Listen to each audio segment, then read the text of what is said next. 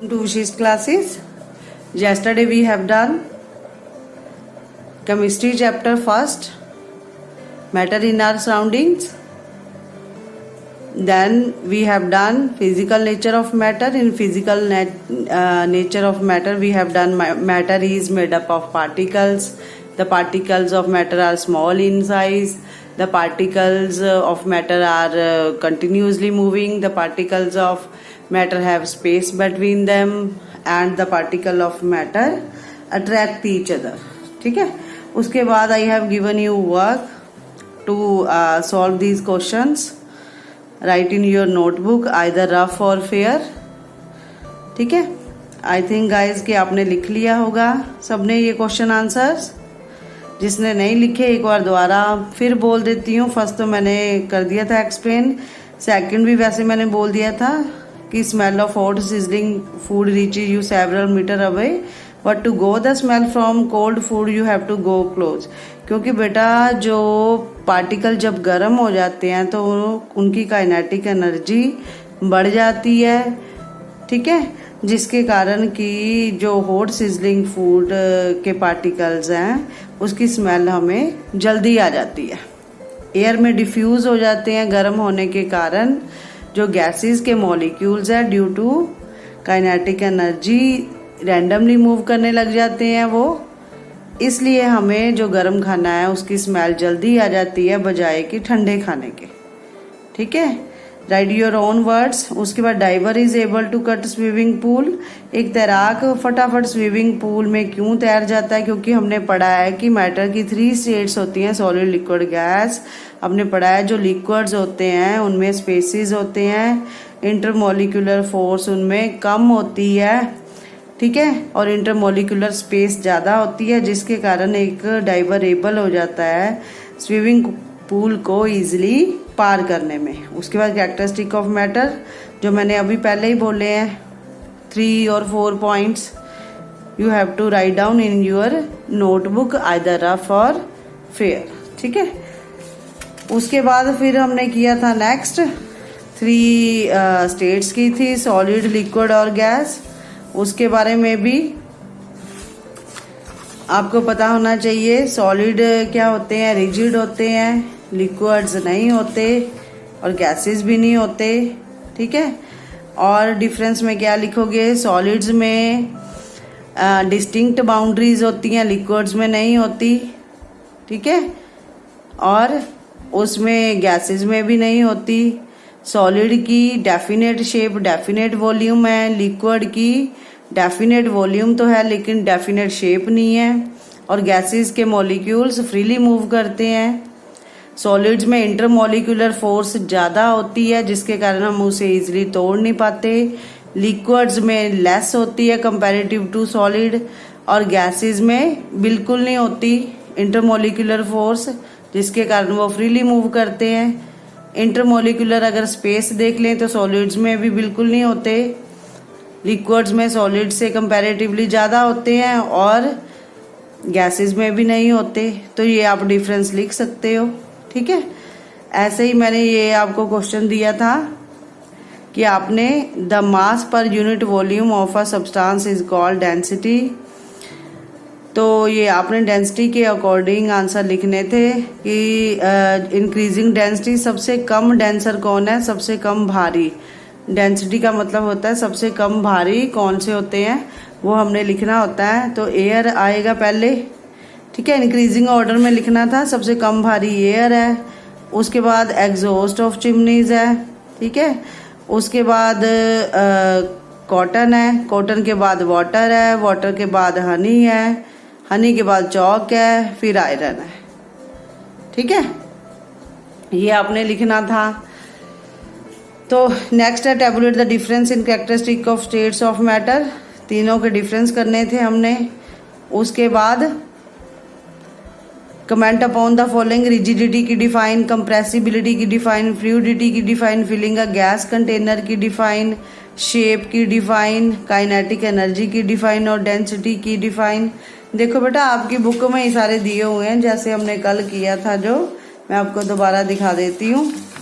Rigidity की define है आपके जो मैंने आपको करवाया था थर्ड पेज है। सबसे पहले हमारे पास है रिजिडिटी की डिफाइन। थर्ड पेज में आप देखोगे स्टेट्स ऑफ मैटर यहाँ से शुरू हुआ था, ठीक है। स्टेट्स ऑफ मैटर जो शुरू हुआ था उसमें हमने यहाँ पर इस पैरे में आप देखोगे, ठीक है, हमने किया था solids have a tendency to maintain their shape when subjected to outside force, ठीक है। सॉलिड्स में break under force but is difficult to change their shape so they are rigid. तो मैंने पहले भी आपको क्लास में भी बोला हुआ है कि कोई भी चीज अगर हमने अंडरलाइन करनी है तो with the help of pencil करनी चाहिए। मान लो नेक्स्ट ईयर किसी को बुक चाहिए हो तो वो इजिली गुड लुकिंग भी लगती है और इजिली इसे रब करके अपनी तरफ से भी वो लिख सकते हैं। तो solids have a tendency to maintain their shape when subjected to outside force. जब आउटसाइड फोर्स अप्लाई की जाती किसी भी सॉलिड पर, वो अपनी जो उसकी शेप है उसे एज इट इज ही रखता है, उसे कहते हैं रिजिड। तो सॉलिड से लेके फोर्स तक इसका आंसर है रिजिड का। जो रिजिड डिफाइन है आपकी पेज नंबर 4 है स्टेट्स ऑफ मैटर के नीचे, ठीक है। उसके बाद सेकंड डिफाइन कौन सी थी? सेकंड डिफाइन थी हमारे पास कंप्रेसिबिलिटी, ठीक है। कंप्रेसिबिलिटी का आंसर भी उसी पेज पर है। लिक्विड स्टेट लिखा हुआ है उसके ऊपर। देखो a sponge has a minute hole. Sponge में छोटे छोटे कण होते हैं। In which air is trapped when we press it the air is expelled out and we are able to compress it, ठीक है। तो इसकी डिफाइन हम क्या लिखेंगे? देखो स्पंज में छोटे छोटे मॉलिक्यूल्स होते हैं, ठीक है। स्पंज के छोटे छोटे मॉलिक्यूल्स होते हैं। तो इसकी डिफाइन है sponge has a minute holes in which air is trapped when we press it the air is expelled out and we are able to compress it. तो कंप्रेसिबिलिटी की डिफाइन ये है कि किसी भी चीज की कंप्रेसिबिलिटी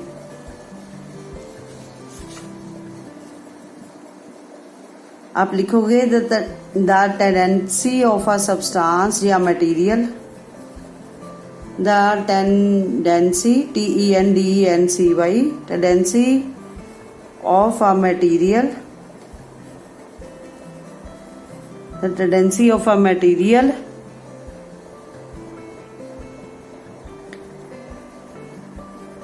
which can be या टेंडेंसी ऑफ अ मटेरियल या साइज ऑफ अ मटेरियल, ये यहाँ पर लिख सकते हो the size of a material which can be reduced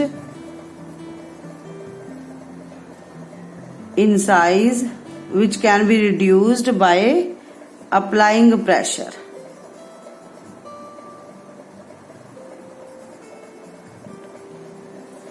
the tendency of a material, ठीक है। The size of a material भी लिख सकते हो, द टेंडेंसी की जगह पर साइज भी कर सकते हो। The size of a material which can be reduced by applying pressure on it. जैसे फॉर एग्जाम्पल बैलून ही फूला हुआ है, हम उसे स्क्वीज कर देते हैं, इकट्ठा कर देते हैं, जिसके कारण उसका साइज कम हो जाता है। ऐसी कंप्रेसिबिलिटी है किसी चीज के ऊपर दबाव डालना प्रेशर डाल के। The size of a material which can be reduced by applying pressure on it, इसकी डिफाइन भी हो गई, ठीक है। उसके बाद थर्ड क्या था हमारे पास? फ्लूइडिटी। फ्लूइड्स कौन होते हैं बेटा? लिक्विड्स ही होते हैं जो फ्लूइड्स होते हैं, ठीक है। तो लिक्विड्स देखो यहाँ पर लिखा हुआ है liquids we observe that liquids have no fixed shape but fixed volume. They take up the shape of the container in which they are kept. Liquids flow and change. Liquids can flow. आप liquids के साथ can लिख दोगे. Liquids can flow and change shape. This property is known as fluidity. This property known as fluidity. ठीक है। Liquids can flow and change shape, this property is known as fluidity. इसकी define हो गई, ठीक है। उसके बाद filling of a gas container, तो इसमें filling of a gas container में आप लिखोगे filling of a gas container, तो इसमें आप लिखोगे कि we know gases molecules are freely move in nature, ठीक है। They have more intermolecular spaces, that's why, ठीक है, filling a gas container. Gases molecules are freely move in nature. They have maximum intermolecular spaces. That's why filling a gas container. ठीक है। उसके बाद है shape. Shape की define हम क्या लिखेंगे? शेप की डिफाइन हम लिखेंगे द पर्टिकुलर फॉर्म, ठीक है। तो particular the particular form, the particular form of an object, कैसी फॉर्म में है ऑब्जेक्ट वो उसकी शेप हो गई। The particular form of an excuse me of an object is called shape. उसके बाद है काइनेटिक एनर्जी। काइनेटिक एनर्जी का कल मैंने लिखाया था, energy possessed by virtue due to its motion. The energy possessed by a body due to its motion, के कारण किसी बॉडी में जो एनर्जी होती है उसे काइनेटिक एनर्जी कहते हैं, ठीक है। The energy possessed by a body due to its motion is known as kinetic energy. उसके बाद डेंसिटी की जो डिफाइन है वो ऊपर लिखी हुई है, ठीक है। डेंसिटी की जो डिफाइन है वो सबसे ऊपर लिखी हुई है, the mass per unit volume of a substance is called density, ठीक है। उसके बाद नेक्स्ट है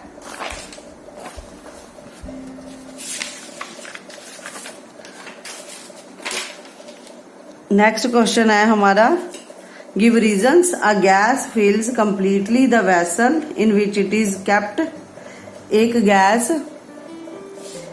फिल कर देती है प्रॉपर एक कंटेनर को जिसमें ये फिल होती है। फॉर एग्जांपल मान लो कोई भी गैस ले लो, फॉर एग्जांपल एलपीजी गैस ही ले लो, ये लिक्विफाइड पेट्रोलियम गैस होती है, ठीक है। हाई प्रेशर के कारण लो टेम्परेचर के साथ इसे फिल किया जाता है गैस सिलेंडर्स में। लेकिन यहाँ पर हम रीजन देंगे कि गैस कैसे फिल हो जाती है, तो आप लिखोगे द गैसेज मॉलिक्यूल्स आर, या the gases molecules have kinetic energy. Due to kinetic energy, the molecules of gases are keep moving, move करते रहते हैं। The molecules of gases are keep moving. That's why a gas fills completely the vessel in which it is kept. उसके बाद a gas exert pressure on the walls of container. Pressure कैसे exert करती है, तो आप लिखोगे कि the molecules of gases are in constant random motion, लगातार वो मूव करते रहते हैं, ठीक है। किसके कारण? Due to high kinetic energy, that's why a gas exert pressure on the walls of the container. The molecules of gas are in constant random motion due to high kinetic energy, that's why a gas exert pressure on the walls of the container. उसके बाद wooden table should be called a solid because wooden tables have distinct boundaries, ठीक है। और a wooden table should not be broken down by applying external force, ठीक है। इतना लिखने के बजाय आप लिखोगे a wooden tables has a distinct boundaries, ठीक है। A wooden tables have definite shape and size, that we call a wooden table is a solid in shape, ठीक है। उसके बाद we can easily move our hand in air, but to do the same through a solid block of wood we need a karate expert. Air में तो हम easily hand move कर लेते हैं, लेकिन अगर हमने कोई भी ब्लॉक तोड़ना हो लकड़ी का तो उसके लिए हमें कराटे एक्सपर्ट चाहिए। क्यों? क्योंकि हम बोलेंगे because in air the intermolecular spaces between the particles of air are very low, ठीक है। इंटरमोलिकुलर स्पेसेस होते ही नहीं है, बहुत कम होते हैं, जिसके कारण वो फ्रीली मूव करती है एयर, बजाय कि ब्लॉक ऑफ वुड के, जिसमें क्या होते हैं इंटरमोलिकुलर स्पेसेस बहुत ज्यादा होते हैं कि हम उसे इजिली तोड़ नहीं पाते, इसलिए हमें एक्सटर्नल फोर्स लगानी पड़ती है। इसलिए हमें कराटे एक्सपर्ट बुलाना पड़ता है कि तभी वो वुडन टेबल टूटेगा। We can easily move our hand in air because air has no intermolecular space between the particles of air. ठीक है। उसके बाद instead of a block of wood which has a more intermolecular spaces which cannot be broken down without applying external force। ठीक है। उसके बाद liquids generally have a lower density as compared to solids। हम कहते हैं कि liquids क्या होते हैं, कम डेंसर होते, भारी होते हैं, सॉलिड से कम भारी होते हैं, डेंसर का मतलब भारी। But we observed that ice float on water find out by, कि हमें पता है कि लिक्विड्स की डेंसिटी सॉलिड से कम होती है, फिर भी जो आइस है, आइस फॉर्म किसकी है, सॉलिड की, सॉलिड ही बन जाती है। ठीक है। सॉलिड बन जाती है ना आइस, जब हम वाटर को फ्रिज में रख देते हैं, तो फिर भी ये तैरती रहती है पानी के ऊपर। ऐसा क्यों है? ऐसा इसलिए है बेटा क्योंकि सॉलिड जब आइस बनती है तो उसके अंदर एक स्पेसिस होते हैं, हिडन लेटेंट हीट होती है जो अपने अंदर ही छुपा के रखती है उसे हीट को। ठीक है। बाहर से चाहे वो हमें ठंडी फील होती है, लेकिन उसके मॉलिक्यूल्स हैं जो एक पिंजरे की तरह बॉक्स के जैसे उसके अंदर बंद होते हैं। ठीक है। तो वो अपनी हीट को बाहर नहीं आने देती, इसलिए वो हमें हल्की फील होती है। तो आप लिखोगे because in ice make a cage. Ice क्या करती है, अपने इर्द गिर्द एक पिंजरा बना लेती है। ठीक है। उसको अंदर दबा के रखती है ऐसे प्रॉपर स्क्वायर शेप में। मान लो आइस, सारी हीट उसके यहाँ पर है, बाहर शो ही नहीं होने देती वो। ठीक है। Because in ice make a cage like structure with lot of vacant spaces does make ice float on water. ठीक है। वैकेंट स्पेसेस तो बहुत होते हैं, पर एक पिंजरे के जैसे होने के कारण जो आइस के मॉलिक्यूल्स हैं वो अपने अंदर ही समा के रखते हैं हीट को, बाहर शो नहीं होने देते। ठीक है। इसलिए वो सॉलिड होते हुए भी लिक्विड से काफी हल्की रहती है। ठीक है। Because in ice make a cage like structure with lot of vacant space, that's why ice floats on water. ठीक है। इतना क्लियर? ये तो हमने कल का ही किया है। उसके बाद can matter change it's state, क्या मैटर अपनी स्टेट चेंज कर सकता है? मैटर क्या है, या तो सॉलिड है या लिक्विड है या गैस है, ये अपनी स्टेट चेंज कर सकता है। ठीक है। नंबर 1 सॉलिड एज आइस है, ये अपनी स्टेट चेंज कर सकता है। Second liquid as the familiar water. ठीक है। लिक्विड में एग्जांपल वाटर की लेंगे, गैस में वाटर वेपर की। What happen inside the matter during change of state, जब कोई मैटर मान लो सॉलिड से लिक्विड हुआ, लिक्विड से गैसेस फॉर्म में गया, तो क्या कोई चेंज होती है? What happen to the particles of matter during the exchange of state, क्या होता है पार्टिकल्स, चाहे वो सॉलिड के, चाहे लिक्विड के, चाहे गैस के, जब चेंज होते हैं सॉलिड से लिक्विड, लिक्विड से वेपर। ठीक है। उसके लिए तो हम फर्स्ट एक्टिविटी करेंगे। ठीक है। हेडिंग है हमारा effects of change of temperature. Temperature के कारण क्या चेंज आती है? सबसे पहले उन्होंने बोला है कि हमने 150 ग्राम आइस ली है किसी बीकर में। ठीक है। उसमें हमने लेबोरेटरी थर्मामीटर रखा। ठीक है। So as its bulb in contact with ice, इस ढंग से लेबोरेटरी थर्मामीटर रखा बीकर के अंदर कि हमें आइस का टेम्परेचर पता चल जाए। ठीक है। बीकर है, ग्लास टरर है। ठीक है। उसके बाद ये आपका आयरन स्टैंड है, ये बर्नर भी है, नीचे हीट कर रहे हैं हम आइस को। ठीक है। थर्मामीटर पहले नोट किया, आइस में इतना टेम्परेचर था, उसके बाद फिर हमने नोट किया टेम्परेचर। ठीक है। थर्मामीटर जब लिक्विड हो गया, जब आइस को हम गर्म करेंगे तो वो लिक्विड ही होगी। ठीक है। तो ए है इसका conversion of ice to water, पहले आइस का वाटर में चेंज हो जाना, उसके बाद वाटर धीरे धीरे वाटर वेपर में। ठीक है। फॉर एग्जाम्पल आपने आइस ली, पैन में डाली, अपने गैस पर रखी। ठीक है। गैस ऑन किया आपने, उसके बाद आपने देखा वो आइस किस में चेंज हो गई, वाटर में। ठीक है। उसके बाद हम गर्म करते ही गए, हीट करते ही गए उसे, तो वो वाटर कहाँ किस में चेंज हो जाएगा, वाटर वेपर में। आइस चेंज हो गई वाटर में, कैसे, हीट करने के दौरान। उसके बाद फिर वाटर चेंज हो गया वाटर वेपर में, वो भी हीट करने के दौरान। तो चेंज हो गई ना state, ice solid to liquid, फिर liquid to water vapour, gas में चेंज हो गई। उसके बाद तो हमने क्या ऑब्जर्व किया, start heating the flame, start heating the beaker on a low flame. ये सारा लिखा हुआ कैसे कैसे हमने हीट किया। फिर हमने ऑब्जर्वेशंस मतलब कि रीड की कैसे कैसे हुई चेंज, ठीक है। उसके बाद on increasing temperature of solid kinetic energy of particle increases. देखो बार बार वही चीजें आ रही हैं, टेम्परेचर हीट टेम्परेचर के बढ़ने के कारण, इंक्रीज होने के कारण सॉलिड की जो काइनेटिक एनर्जी है, ठीक है, वो पार्टिकल्स में बढ़ जाती है। जब काइनेटिक एनर्जी बढ़ जाती है तो क्या हो जाता है, ग्रेट स्पीड से पार्टिकल्स वाइब्रेट करते हैं। Energy supplied by heat overcomes the force of attraction between the particles, ठीक है।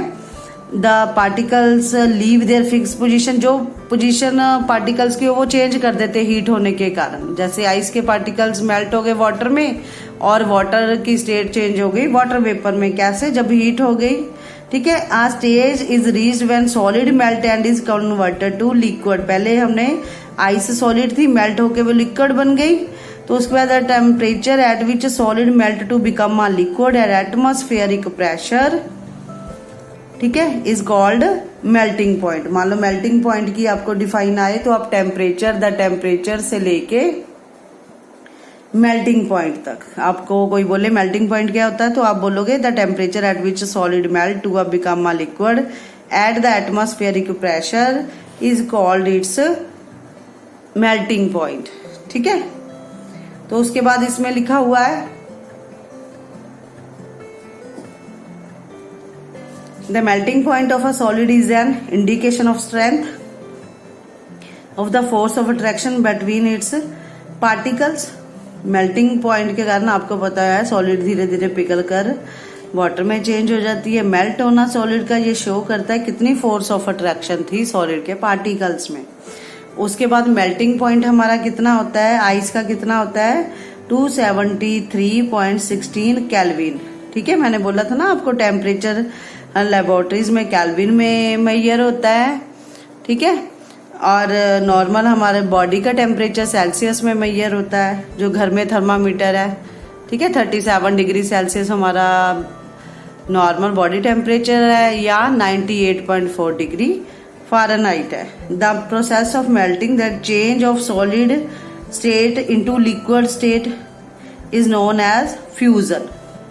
चेंज हो जाना, इसे भी अंडरलाइन करेंगे हम। Change of solid state into liquid state is known as fusion. When a solid melt, its temperature remains the same. So where does the heat energy go? जब कोई भी solid melt होता है तो इसका टेम्परेचर सेम ही रहता है, तो ये एनर्जी कहाँ जाती है, ठीक है। तो ये हम पढ़ेंगे। You must have observed during the experiment of melting that the temperature of the system does not change. Temperature नहीं चेंज हुआ after the melting point is reach till all the ice melt. Temperature बिल्कुल नहीं change हुआ जब तक proper ice melt नहीं हुई। This happen even though we continue to the heat the beaker, that is we continue supply heat. This heat gets used up in changing the state by. ये सारा temperature किस में change हो गया, ठीक है, स्टेट चेंज करने में लगा रहा है वो temperature, by overcoming the force of attraction between the particles as this heat energy is observed by ice. सारी हीट एनर्जी को आइस ने ऑब्जर्व किया without showing any rise. Temperature rise नहीं हुआ, लेकिन आइस क्या हो गई, वाटर में चेंज हो गई। It is considered that it gets hidden into the contents of the beaker and is known as latent heat. इस हीट को क्या कहते हैं, लेटेंट हीट। जो हीट आइस के मॉलिक्यूल्स ने अपने अंदर छुपा के रखी, टेम्परेचर एज इट इज ही रहा, चेंज नहीं हुआ, इस हीट को कहते हैं लेटेंट हीट, ठीक है। The word latent means hidden, जो छुपी हुई एनर्जी थी। The amount of heat energy that is required to change 1 kilogram of solid into liquid at atmospheric pressure at its melting point is known as latent heat of fusion. latent heat of fusion 1 kilogram solid को liquid में change करने के लिए atmospheric pressure की help से जो point melting point बना उसे कहते हैं लेटेंट हीट ऑफ फ्यूजन। ठीक है, 1 ग्राम सॉलिड को चेंज होने में जितनी हीट लगी उसे कहते हैं latent heat of fusion. So particles in water at 0 degree Celsius, 0 degree Celsius आपको पता है 0 डिग्री सेल्सियस पर ही वाटर चेंज होता है। आइस में फ्रीजिंग पॉइंट है ये 0 डिग्री सेल्सियस और 273 kelvin have more energy as compare to particle in ice at the same temperature. या 0 डिग्री सेल्सियस कह लो या 273 डिग्री केल्विन कह लो। ठीक है, तो इस टेम्परेचर पर सेम ही था, आइस का टेम्परेचर सेम ही था। ठीक है, जब उसने पिघलना स्टार्ट किया। ठीक है, उसके बाद है when we supply heat energy to water particle start moving even faster. जब हमने heat energy When we supply heat energy to water, particles start moving even faster. जब हीट एनर्जी आइस से वाटर में चेंज हुई तो particles बड़ी तेजी से मूव होने शुरू हो गए। ठीक है, आइस से वाटर बनते बनते तो इतने तेजी से मूव नहीं हुए। ठीक है, at certain temperature point is reached when the particles have enough energy to break free from the force of attraction of each other. At the temperature the liquid start changing into gas. उसके बाद liquid start हो गई। जब liquid start हो गई gases में change होने के लिए तो टेम्परेचर बढ़ना शुरू हो गया। The temperature at which a liquid start boiling at atmospheric pressure is known as boiling point. Boiling point की भी डिफाइन मिल गई हमें। ठीक है, the temperature at which liquid start boiling at atmospheric pressure, ठीक है, is known as boiling point. Boiling is a bulk phenomena. Particle from bulk of the liquid gain enough energy to change into the water vapor. ठीक है, particles from the bulk of the liquid gain energy to change into water vapor state. ठीक है, जो gases के water के molecules हैं उन्हें भी प्रॉपर एनर्जी चाहिए जब वो चेंज हो जाती है वेपर स्टेट में। For this temperature 373 kelvin, 100 degree Celsius boiling point होता है वाटर का। 273 मैंने बोला था नॉर्मल टेम्परेचर होता है, केल्विन में हम लेते हैं, प्लस 100 हो जाएगा तो कितने टेम्परेचर पर 373 केल्विन पर जो लिक्विड है चेंज हो जाता है वाटर वेपर में। ठीक है, वाटर वेपर में समझ आ गया।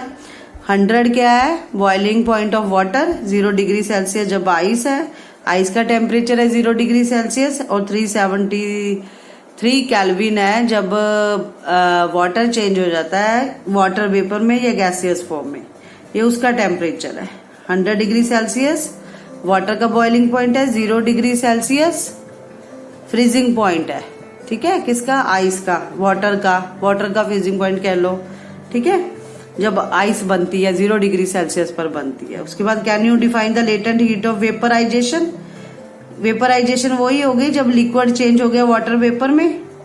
Do it in the same way as we have defined latent heat of fusion. क्या हम सेम ही डिफाइन कर सकते हैं लेटेंट हीट ऑफ फ्यूजन। ठीक है, यहाँ पर पढ़ा है ना हमने लेटेंट हीट ऑफ फ्यूजन। तो particles in steam that is water vapour eight 373 kelvin. ठीक है, वाटर वेपर कितने पर बनता है मैंने बताया, स्टीम किस में बनती है 373 केल्विन पर। Have more energy than water, water से ज्यादा एनर्जी होती है at the same temperature. Water से ज्यादा एनर्जी होगी जब 100 और ऐड हो गया, पहले तो 273 केल्विन था टेम्परेचर, 100 डिग्री बॉइलिंग पॉइंट भी ऐड हो गया तभी स्टीम बनी उसमें। ठीक है, जिसके कारण हमें मान लो स्टीम से हमें ज्यादा जलन होती है एज कंपैरेटिवली बॉइलिंग वाटर, क्योंकि बॉइलिंग वाटर का टेम्परेचर कम होता है।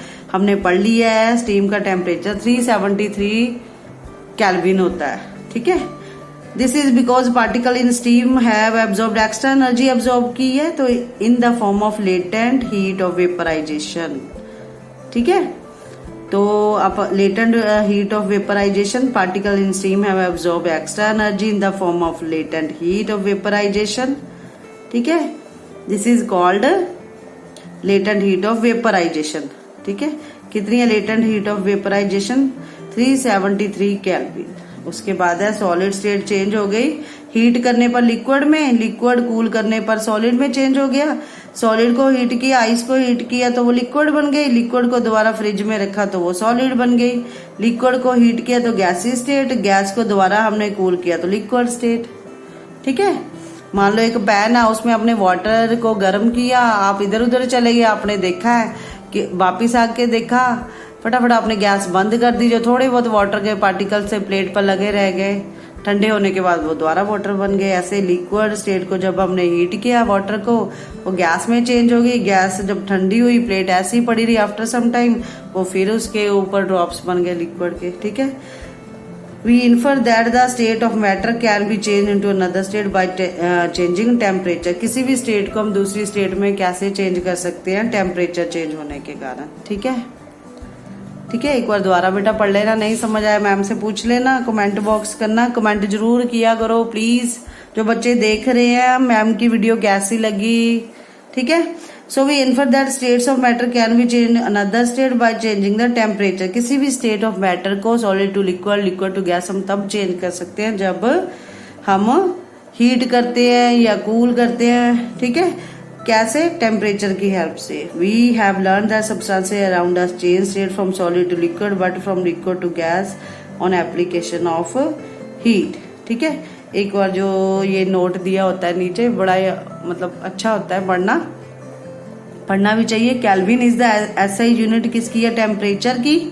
ठीक है, 0 डिग्री सेल्सियस इक्वल टू कितना होता है, कितने केल्विन होता है? 273.16 केल्विन। ठीक है, ये मेल्टिंग पॉइंट है किसका? आइस का है। ठीक है, for convenience we take 0 degree Celsius को हम 273 केल्विन भी ले सकते हैं after rounding off the decimal. ये डेसिमल नहीं लिया हमने, सीधा ही ले लिया 273 kelvin to change a temperature on a kelvin scale to Celsius scale. अगर केल्विन को सेल्सियस में चेंज करना है, ठीक है, तो क्या करेंगे? 273 को माइनस करेंगे, केल्विन को सेल्सियस में चेंज करना है। और and to convert temperature on the, अगर सेल्सियस स्केल को केल्विन में चेंज करना है, ठीक है, तो हम क्या करेंगे? इसे सब्ट्रैक्ट करेंगे पहले तो। ठीक है, इसे सब्ट्रैक्ट करेंगे। अगर हमने टेम्परेचर को चेंज करना है सेल्सियस स्केल में, ठीक है, and to convert a temperature on a Celsius scale to kelvin करना है। ठीक है, तो उसमें हमने क्या करना है? प्लस करना है 273। ठीक है, आगे आएंगे न्यूमेरिकल, वो हम करेंगे। ठीक है, आई थिंक गाइज आज के लिए इतना ही बहुत है, बाकी हम फिर करेंगे। ठीक है, बाकी न्यूमेरिकल्स भी आएंगे, प्रेशर के कारण कैसे चेंज आती है, ये हम करेंगे नेक्स्ट वीडियो में। Please guys make notes on daily basis, otherwise you will be confused. ठीक है, इन अपकमिंग वीडियोस आपको समझ नहीं आएगा अगर आपने अब ध्यान से नहीं सुना, तो please make your notes, write down question answers. जो पहले क्वेश्चन आए हैं उनको आपने लिखना है, मैम के चैनल को लाइक करना है, सब्सक्राइब जरूर करना है, ताकि अपकमिंग वीडियोस की फर्दर इन्फॉर्मेशन आपको आती रहे। ठीक है, और कोई भी प्रॉब्लम हो तो कमेंट बॉक्स में लिखना है, नहीं समझ आया तो नो प्रॉब्लम, आप कमेंट बॉक्स में लिख देना कि मैम ये चीज़ समझ नहीं आई, तो I will try my best to give you answer, या नेक्स्ट वीडियो में प्रॉपर समझा दूंगी। अगर नहीं समझ आया please keep on watching my videos. Thank you, have a nice day.